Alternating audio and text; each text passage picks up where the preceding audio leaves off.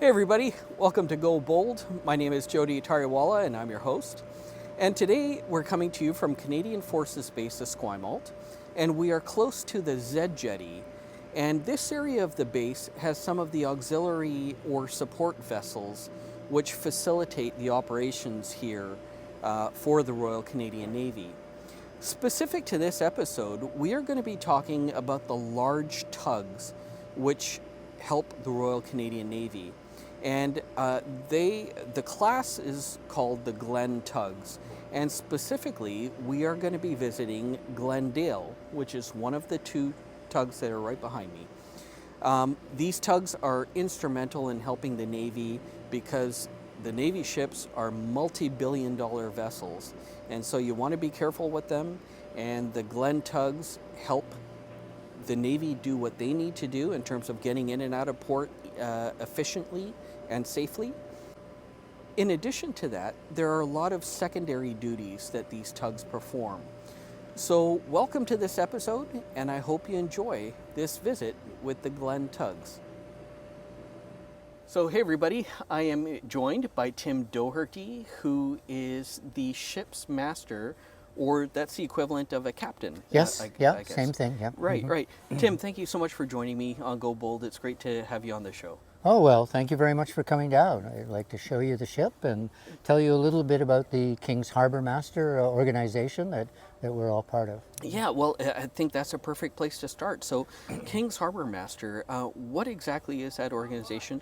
And it is, you are operating here at Canadian Forces Base Esquimalt. So, how do you fit into the whole construct of the, auxiliary fleet support services side in relation to the Royal Canadian Navy? Yeah, so the base here provides a number of services that supports the Canadian fleet here on the West Coast. And one of those services is the auxiliary fleet. So the auxiliary fleet is a number of smaller vessels that we operate locally here in the harbor. Sometimes we go on longer trips. And we do things like move ships around in the harbor when they're required, either helping them get alongside, or if they're not able to turn on their engines for the day, if it's too awkward, then we'll provide the tug services to move them. We also move barges around the harbor, support equipment. We have several large pieces of support equipment that help us provide support to naval operations here on the coast. And that all falls under the auxiliary fleet. The auxiliary fleet is part of an organization, very traditional name was Queen's Harbour Master. Now, of course, it's the King's Harbour Master, and the King's Harbour Master overall responsible for operations here. So that includes fire services, emergency services, and also environmental protection services, and a certain amount of administration of the harbor. Right, right. Oh, very interesting. And so, in terms of the auxiliary fleet, I think it is safe to say that without tugs, the Navy probably would not have the ability to operate as it needs to, or perhaps as efficiently as it should. Well, we like to say that the ships can't get to sea without us. Right. That might be stretching it a bit, but certainly these are strategic assets, these large frigates and the supply ships that we have. And it's important in very enclosed space like a harbor that we can get them alongside safely, where they can then do their refit work and their resupply work and so on. Right. And really that's what the auxiliary fleet does. We provide the motive power to bring them into the harbor and then stop them and then maneuver them alongside jetties in ways that are safe for everyone. Right, right. And so you are, as we mentioned, you are the ship's master for the Glendale, the tug right behind us. tell me about this type of tug, and what is your typical kind of daily routine? And do you stay just local to the harbor, or can you go further afield? Oh, I'd say 90% of the time we're local to the harbor. We work in the harbor, yeah. So this is the Glendale. This is our naval large tug, the large tugs that we have right now. There are new ones coming, but this one is the Glendale. The one you can see further aft is the Glendyne, sister ships. Right.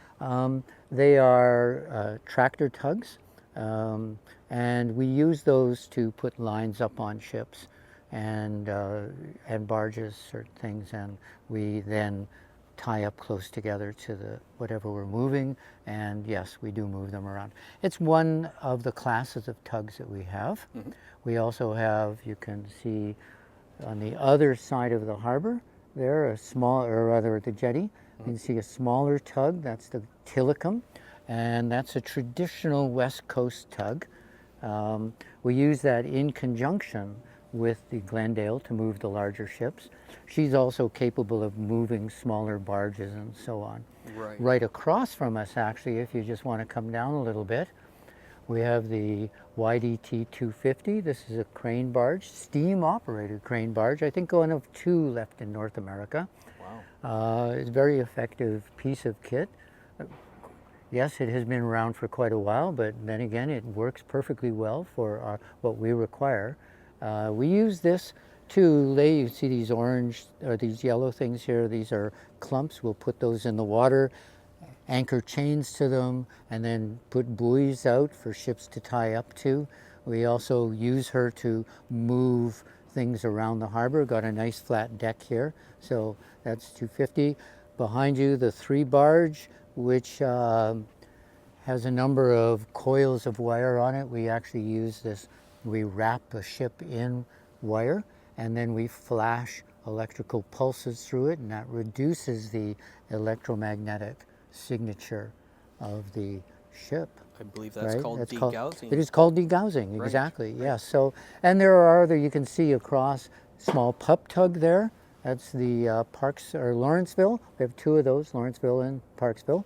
Okay. And we use those for moving much smaller barges or assisting with the moving of the larger barges like the YTT 250. Yeah. Interesting. So, well, now as we are focused in this episode on the Glen tugs, specifically your tug, the Glendale, if you don't mind, as we are outside here, how about we just kind of walk the length of your tug, and if you could point out some of the more notable aspects of the tug. Okay, well, I think probably the first thing you notice about a tug is the big rubber bumpers. Right. Okay? This is because tug work is a contact sport. You know, it's kind of like an adult version of bumper boats.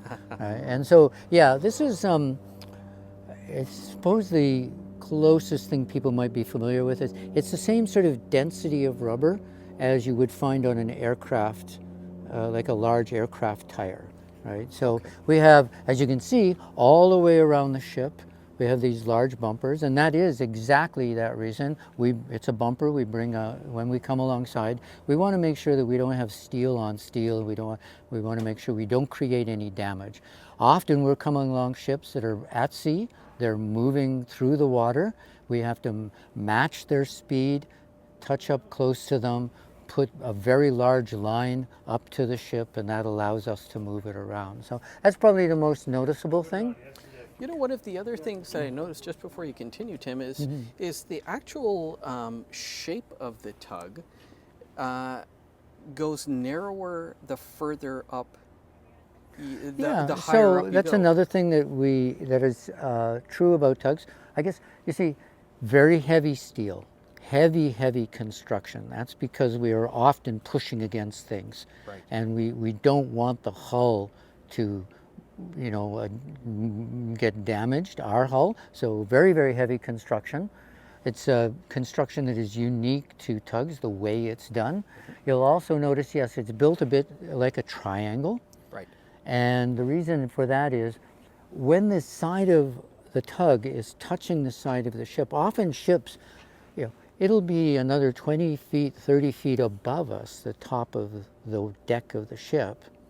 And sometimes it curves over top of us. Right. So we have to be able to fit under the flare of the ship, right? So you don't want things hanging out that can bang against the ship, right? That's why we're so wide. Tugs are wide, short, deep, because we need the propulsion to be deep in the water so we can get the maximum grab as it turns. Okay. And a lot of open deck space for lines and winches and so on. Smaller space for the actual operating and controls. We only actually have 2 people working up there when we're in the wheelhouse. One steersman and one mate or master. Right. And that's really interesting. So, you know, what is the typical crew complement for the Glendale? Similar, so Glendale carries a little bit more crew than you would typically find on a tugboat, but we have a master, a mate, a chief engineer, and 3 deckhands, one of whom acts as the oiler and assists the chief engineer. Okay. Right? On the smaller tugs or on regular tugs, you might only find a master, a mate, an engineer, and a deckhand. So, but yeah, so we operate with 5. Okay. If we go outside the harbor on a long trip, we operate with 6. If we go outside the harbor on a long trip, we add an extra 3 people on board, a cook, another engineer, and another mate, and the mates stand watches, 6-hour watches, 1 on, 1 off, so to speak. Right. So, yeah, so it's a small crew, very professional crew. The sailors are trained to work the lines individually, because frankly there isn't enough space for a lot of extra people. Right. Right. Right. And you mentioned that.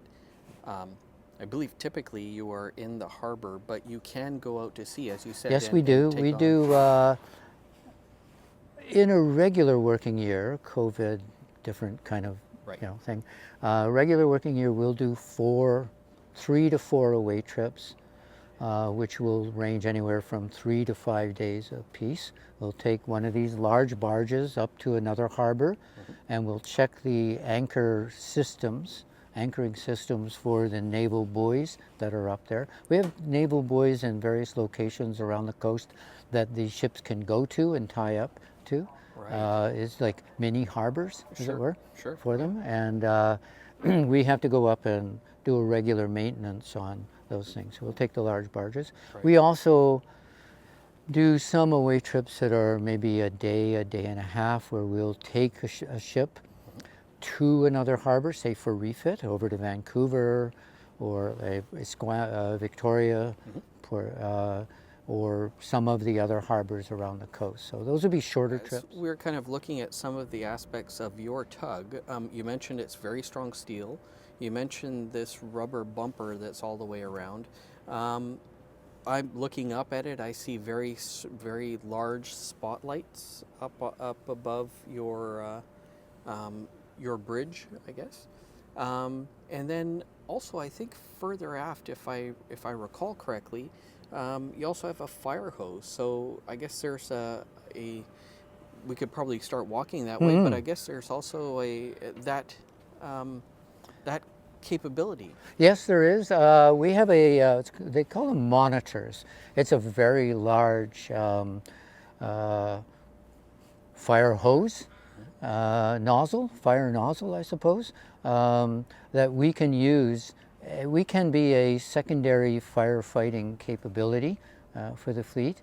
We can go alongside a ship and provide, hose water down onto the ship to cool the outside, or we also actually carry a salvage pump, and we could connect our own pumps on board to the ship if that was required. Right. But yes, we have a fire hose, which if we walk down, we can see it. You can't see here, we have a large winch on the front for working lines. Looking up, we have a couple of spotlights, very large spotlights, which we can use to shine down on the water or on things at night if we're coming up to it, to put a line up. We can identify yes, this is the correct vessel. Yes, that is the place we want to put the line. We can also, if there's debris in the water, we operate typically, or we're comfortable operating, very close to shore. Tugs get into small places and we pull things out. And at night, if there's no lights around, this is critical to our operations, that we be able to see everything. Right. Just come aft here. You might actually have to come right around. You can see right up at the top near the flag there, that's our monitor, and it puts out quite a substantial amount of water, which we can then use to hose down things. Right.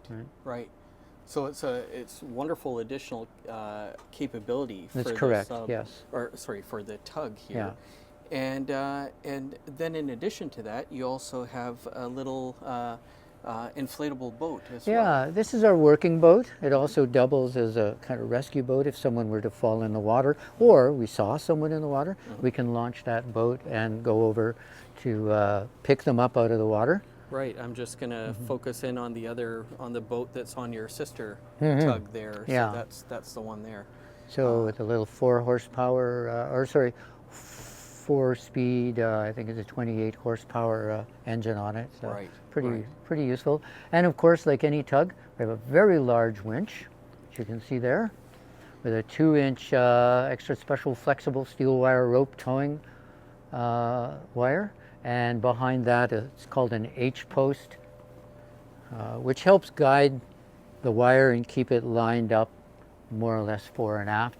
And behind that, you can see the big towing hook, which we can use if someone sends a line to us, we can hook it onto that hook. That's one thing we can do, and then we can tow using their line.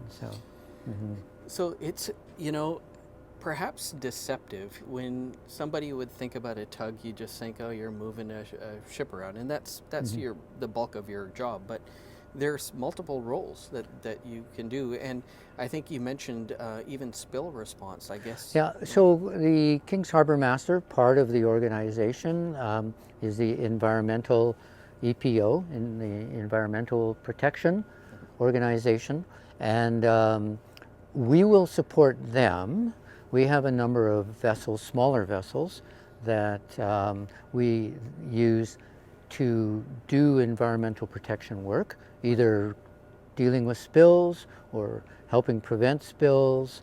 We have a number of large plastic booms which we can put in the water around a ship or around a barge if there is a problem, or we often put them around them to avoid any potential problems, to contain any oil that might spill. Right. So we have that organization, and our tug assists them from time to time. We do exercises from time to time where we go out into a larger ocean area where it's not like a harbor and the smaller vessels may struggle. We could come out to help them, although that's not one of our primary roles. There is an entire organization within the King's Harbour Master that really specializes in that. Right. Well, let's take a quick tour of the exterior of your ship while we're on board. Okay, we can do that, absolutely. Yeah. I'll follow you. Okay. Cheers.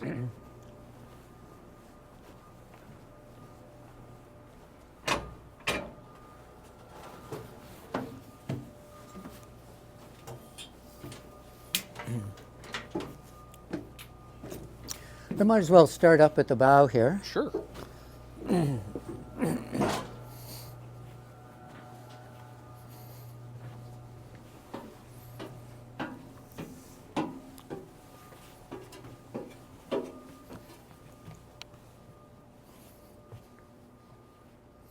So up on the bow, we have our deck winch, or windlass, we call it. And the windlass is what we use both to operate our anchors if we have to drop anchor, but also you'll notice these big drums on the side. And if we need to put a line up to a ship and then tighten it down very closely, we will use this big winch here to do that. So I just sort of point out, this is the standard sized line that we would use for tugboat work. Okay. You see. One of the things really, really important to us is just how strong is the line, and it writes it right on it. This has a safe working load of 190,000 pounds. Oh, wow. Right.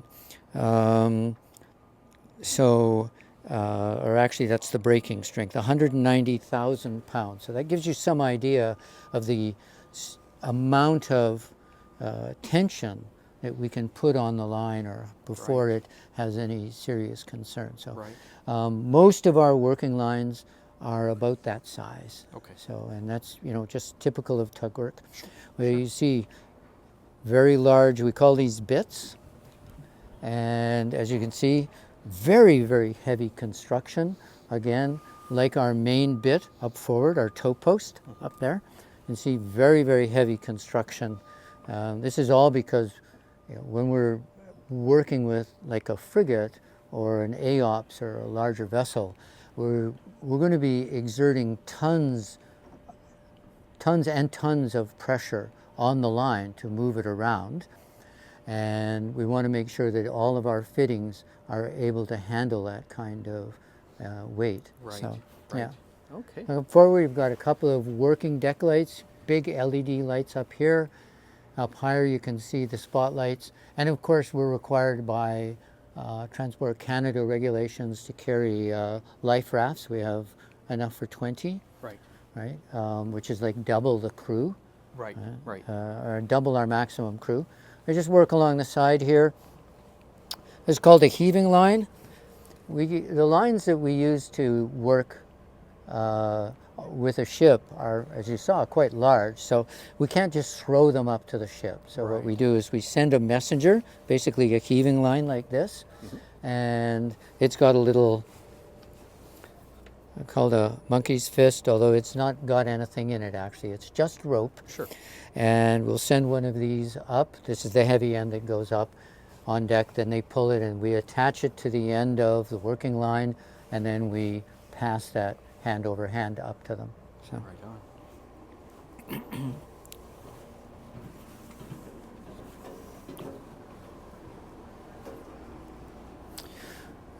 These are a couple of examples of what we call bridles.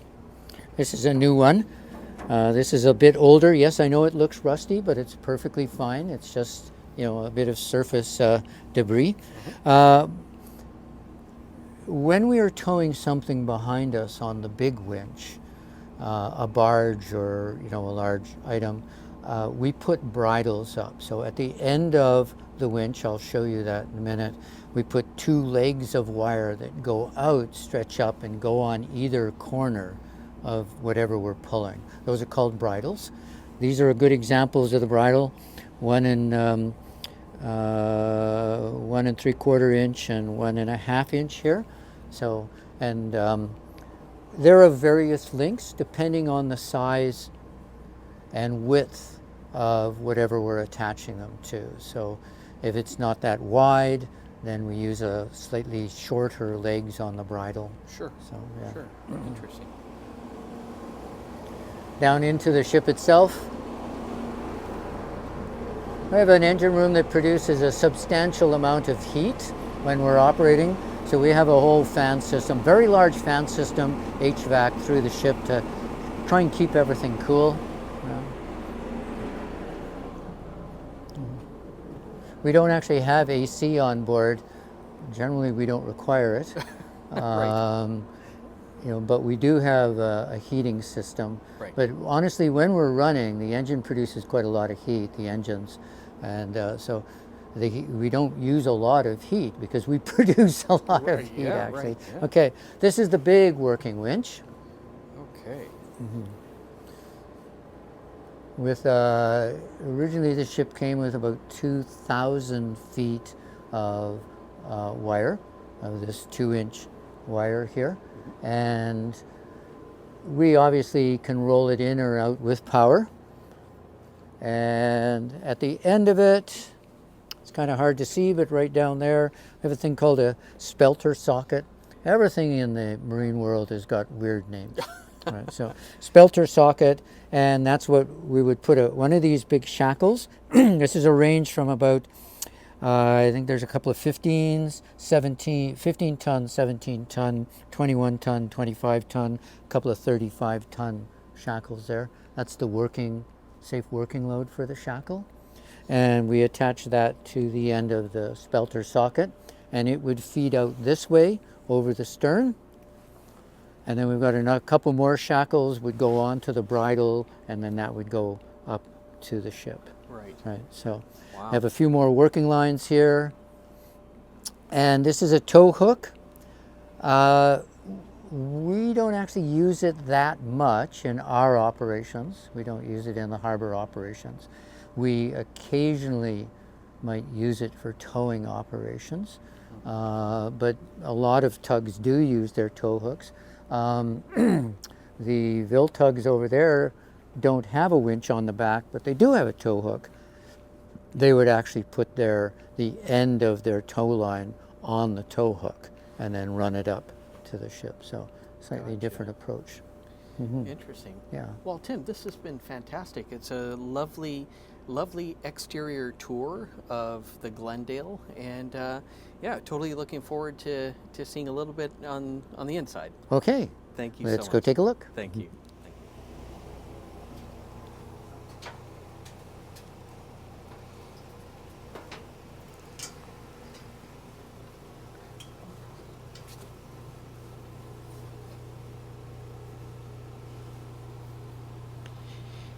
And here we are in the engine room of the Glen tug. Saeed, Hello. it's wonderful to be in your office. Thank you for joining me on Go Bold. Yeah, most welcome. Tell me a little bit about what it means to be a chief engineer on a Glen tug here. Yeah, basically I belongs to the deep sea as an engineer. So I have a deep sea ticket and a marine ticket. And I born and raised in Pakistan. So I work with a lot of international companies. Sure. So finally, I got an offer to be in Canada. So I came down to here. Fantastic. Well, and now you are the chief engineer on the Glen tug, specifically Glendale, which we're on now. This is your office. Tell me a little bit about. Yeah, this is not my office actually. This is my operation. For sure. Operation control room. Right. Mm-hmm. Is an engine control room, and then we have a same control system in wheelhouse too. Right. Okay. When I satisfy with both engines, then I switch over to control system to the wheelhouse. And then you go up there. Yeah. Right. And then I go up, and then I stay there until any troubleshooting. Then I'll come down and take a look. Gotcha. There's an alarm system there. There's an alarm system upstairs. The same alarm system there too. Okay. Those alarm system shows up what deficiencies of engine, low oil pressure, or maybe some kind of high temperature and these type of things. So the awareness, there's an alarm goes on in wheelhouse and as well as here. Right. So then I just acknowledge. As soon as I acknowledge, then I can find those one red, then I can solve that issues. I see. Tell me about the engines on board this tug. Yeah, we have two main engine, and is a Ruston-Paxman is collaboration with the German machinery and as well as British. So I worked this engine is a Ruston Huntsby long time ago, is a built in 1954, something like that. The same engine doesn't make any difference, but it's large, large. It's a small. This is the small engine.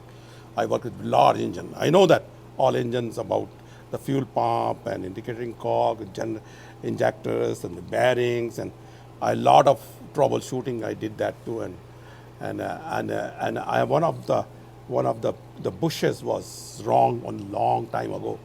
They always worn out and they're gone, and then I made a designing for that bushes, and they're very successful. Then still I saw the same design they are using. There's not any problem at all. It's working very good. We have two engines, and there's a 900 each horsepower for, and the shaft is driving driving from the forward part. Okay. Mostly the shaft goes to the aft part in the most common vessels. Right. But this vessel is a German design, is a tug, very rapid movement. So they have some propeller system in the forward part. Let's go take a look at that. Forward part. So they all both shaft driving individual propeller. This is the propeller, which goes underneath of water. There's a fin propeller. They do like this. They spin all of them, and then they make some more speed. So then control system is a pneumatic hydraulic system in it. Okay. So the captain or whatever is the skipper. So then they use those both propellers. So this propeller is called Voith Schneider, is a German made. Right. And this really is amazing. This is an amazing machine. And so to orient ourselves, we are at the forward portion of the tug, near the bow. Yeah. As the master has shared with us, and you just have as well, it's essentially a front wheel drive vehicle. Yeah, this is exactly the front propeller drive system in it. Right on. So they're more very common in German tug and World War II. They invented on that time. Right. This really is very effective. They spin in one spot, port and starboard side, port side rapidly. Right. And that allows the tug to pivot very quickly and be very quickly, maneuverable. and then they can sideways too. Right. To move sideways. Otherwise, other boat doesn't have those opportunity for that. But this one have this. They can walk right and left. Wonderful. Yeah. Wonderful. Well, thank you, Saeed. I appreciate you showing us the engine room of the Glen tugs. Yeah, thank you very much. And we are in auxiliary fleet. Right. And we have a horsepower. Yeah, you've got horsepower, that's for sure. Awesome. Thank you, Saeed. Okay, thank you much.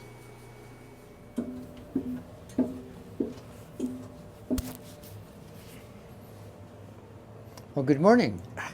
Hi, Tim. Thank you. So here we are on the bridge of the Glendale tug.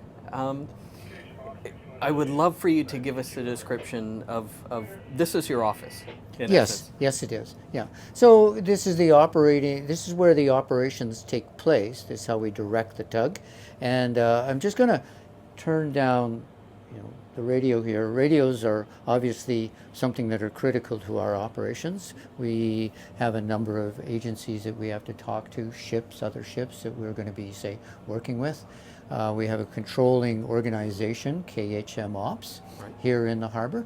That is the King's Harbor Master, and Ops is the operations room there. They're the ones that direct us in terms of where we need to go and what jobs we'll do. Right. So let me describe a little bit of what you've got up here. We have the majority of things that you would see on any any vessel, operating in the ocean. So we have a couple of radars here at each end.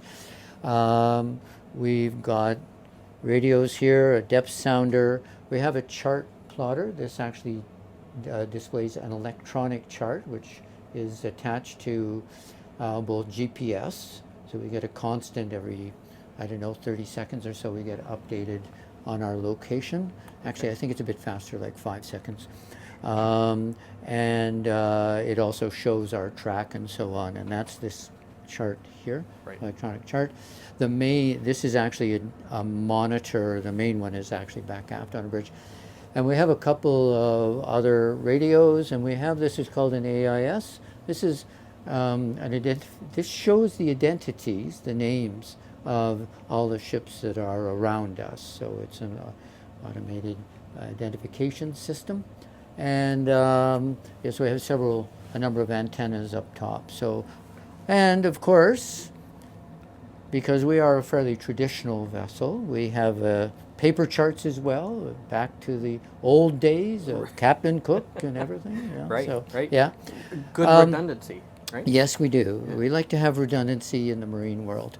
So this is This is called a tractor tug, and it has an unusual propulsion system, one that was developed largely for harbor tugs, or tugs that do a lot of maneuvering close to ships in harbor, where you have to work lines around the ship, and it's tight quarters, so you need a very, very maneuverable vessel.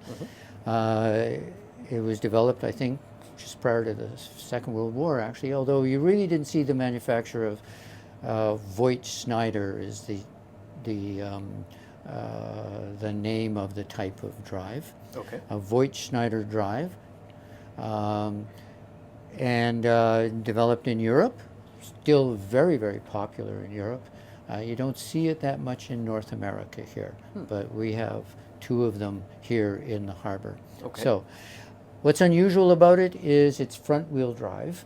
We actually have two thrusters that sit just forward on the ship here. Okay. Most ships, the propulsion will be back at the stern. Ours is up at the front. The other thing that's unusual about it is that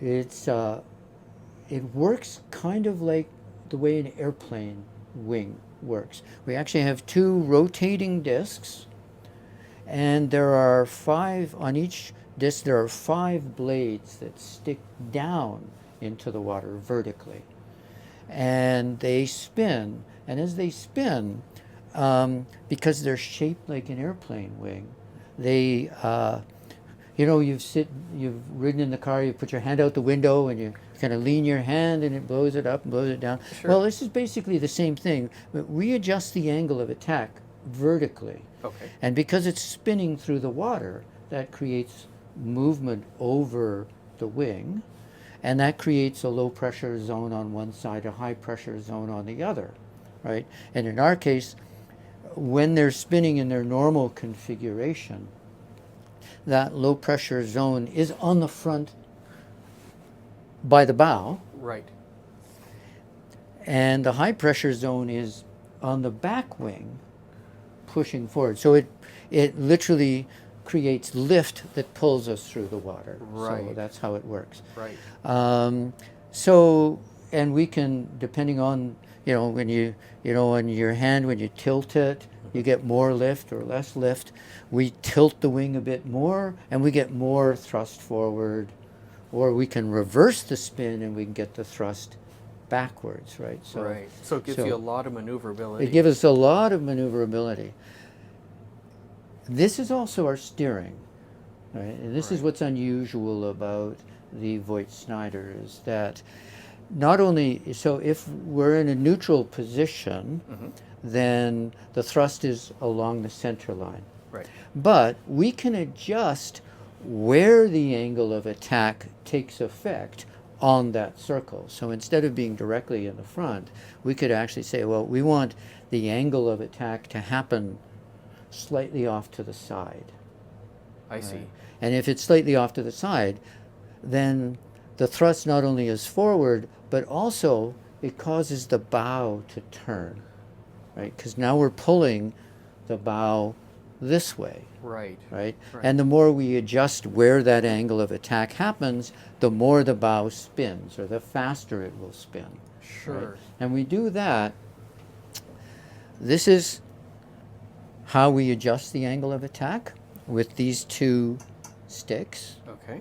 This is how we adjust where the angle of attack happens with the ship's wheel. I see. Right? So this creates movement forward or aft. This creates movement on the bow sideways. Right. Right? And then the levers to my left. So that is how we control the initial amount of, or how fast the blades spin. I see. Right? So we set the rotation speed normally at about 700 or 750 revolutions. So they're spinning at, say, 750 revolutions. That's the engine, the spin speed. And then we adjust angle of attack to get thrust. And then we adjust where the attack is happening in terms of relation to the center line to create the bow to turn. Wow. So it's a really unusual drive system. It takes a little while to learn how to do it. Took me 5 years before they would let me be a master. Wow. I spent 2 years as a relief chief mate, and then I spent 3 years as a chief mate on the boat, basically just doing the driving under the captain's direction, the master's direction. Right. And so it took me basically 5 years to get familiar enough with the whole operation of the ship and the lines before I was actually allowed to be a master of the vessel. So to start the engines, it's fairly straightforward. We just hit the stop buttons a couple of times to make sure that they're set properly down below. We check here. I have light on these two indicators which indicate that I have bridge control, not engine room control. And then we just hit the start buttons. And then we wait a few seconds. It takes a few seconds for the interlocks to unrelease and the oil pressure to start to build up. And what we're waiting for is that little rumble. Right? And we can look in these dials, we can see it, see the revs will come up. And then, because we have locked the helm and the thrusters as a safety, we unlock. They're straight mechanical. It's a pin. Make sure that it won't move. Turn the light on so we can see. And once I'm comfortable that the pilot's next door and everyone is in their positions, then we can bring the revolutions up and we'll be ready to maneuver. Right on. Yeah. Excellent.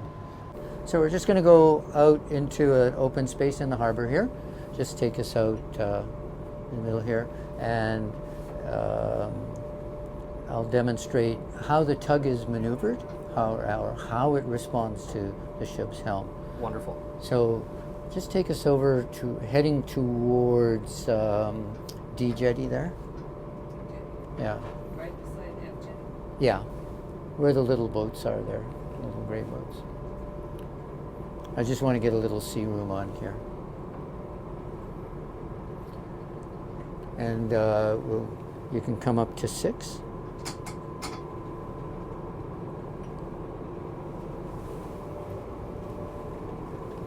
Deck bridge, just warn everyone, we're going to do a couple of hard turns here. Remind me about those subs when we come back so I don't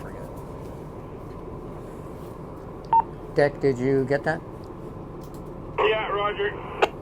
So just in a minute or two, we'll be doing a couple of hard turns just to demonstrate how the ship turns.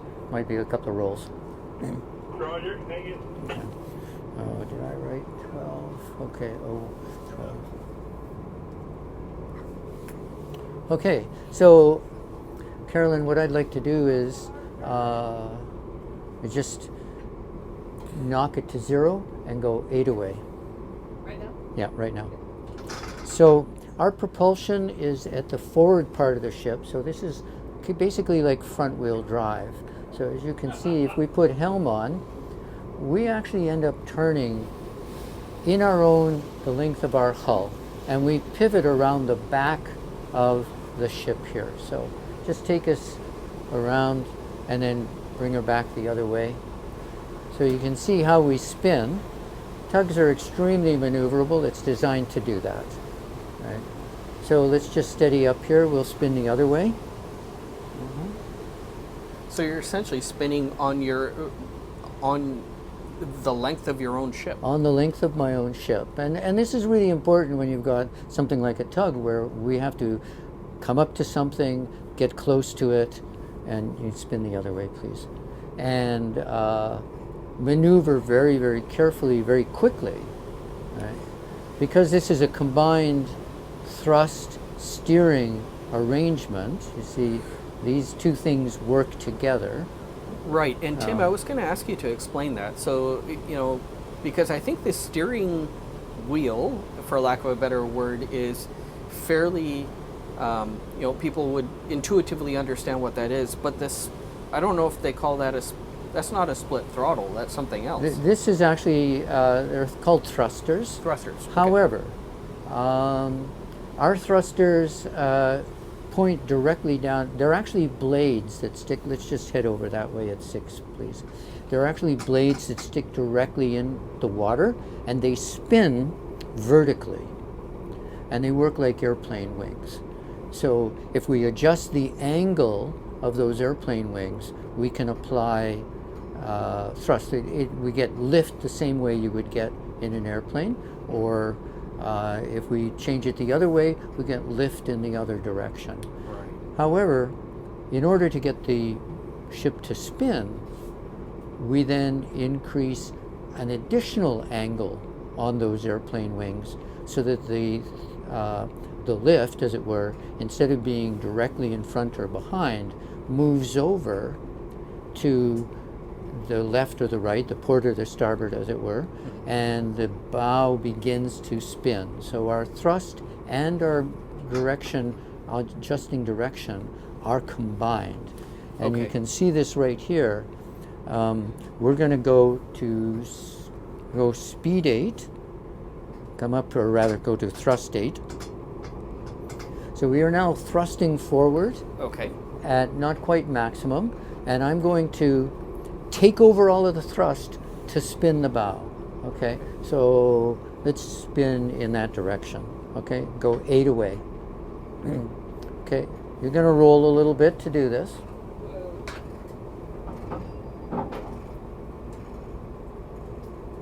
Now all of our movement forward is now turning movement. And I'm just going to knock this back down to 6. And you can steady up and we'll head back to the berth. So as you see, it makes for an extremely maneuverable vessel. Yeah. And when we get to the berth, we'll show you another thing that we can do, which is because our thrust and our steering are combined, we can walk the ship sideways. Oh, so when we get over to the berth, we'll do that. Fantastic. Okay? So we'll head back now. So now we're coming into berth, and one of the things you'll see we do is we'll walk the ship sideways into the berth. We'll still have some forward movement, but at the same time we'll slide it into the berth. And we can do that because of the way our propulsion is set up. It's front wheel drive, as it were.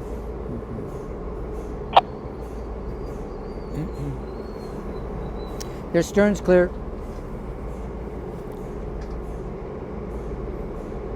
So right now she has one thruster going ahead, the other thruster going astern, and she's twisting the bow towards the jetty as well. So, the two thrusters being at cross purposes allows the stern to swing in, or drags stern, and the bow, twisting the bow in, brings the bow in towards the jetty at the same time. We'll have to come about 5 feet ahead.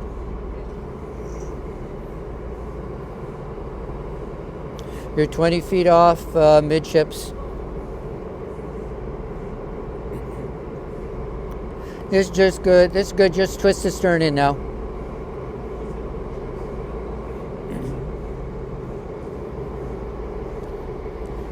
Eight feet on the bow, 15 on the stern.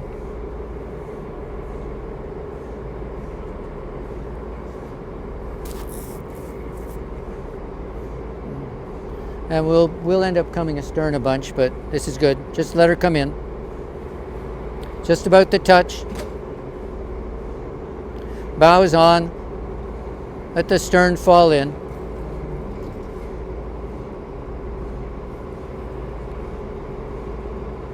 Okay, he's holding you. You can back on the spring. So just two astern on both will be fine. Yeah. And you can let the bow fall out so it aims at the end of the 3 barge. It's coming in nice.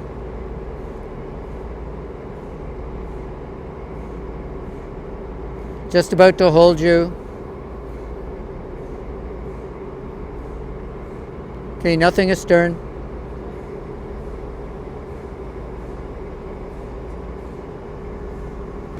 Okay, he's holding you. 1 astern. 2 astern. And keep that angle on the bow.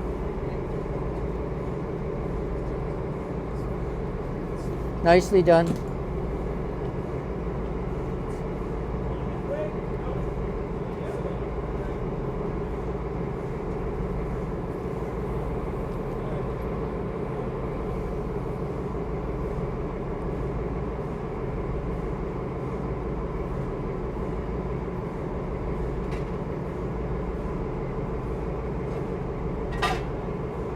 Okay, secure stern, bow in.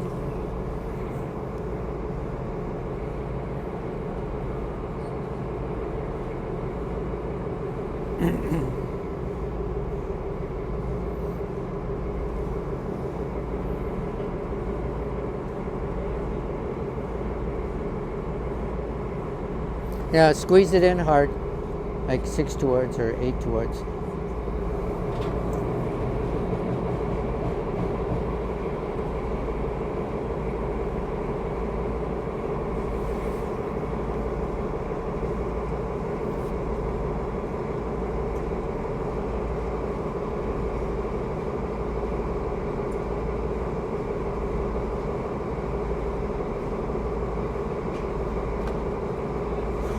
Almost. So it's an interesting little thing here, but it's a bit of a matter of pride for the crew, because we don't have a big crew, that they get the lines, they throw them onto the bollards. Right. First throw, right? Or at least very, very close. My bowsman there has in fact thrown it directly onto the bollard a number of times, right? And then he just flips it over. These are professional sailors. You know, handling the lines is what they do day in and day out, and they're quite proud of the fact that they can do these things. You know, there are guys who will take a line like that. They can lasso the bollard on a barge from 20 feet away, just throw it directly onto it. And so it's kind of a matter of pride for them that they can do this just like that. They never miss with a heaving line. They throw the heaving line up 30, 40 feet in the air, get it up on deck. Wow. It's very important to them. Yeah, absolutely.